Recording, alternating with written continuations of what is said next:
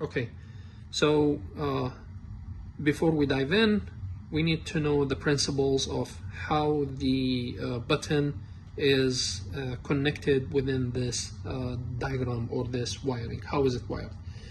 So the signal goes from the BCM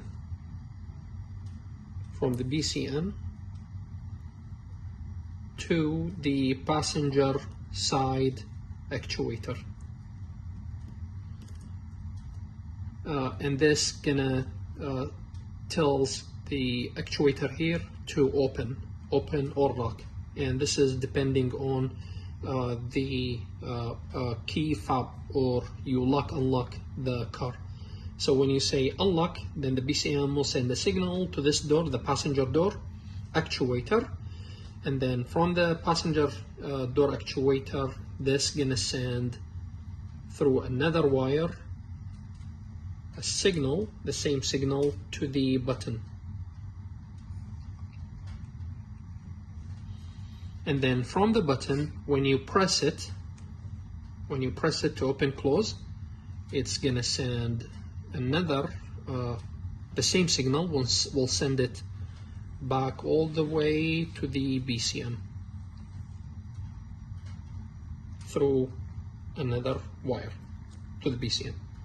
And then at that time, when you open actually, because you press it open, when you press the button, you're gonna tell the BCM, hey BCM, please open the hatch back door.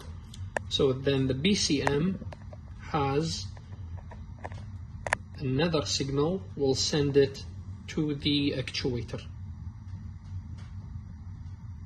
And at the actuator, you will find 4 wires.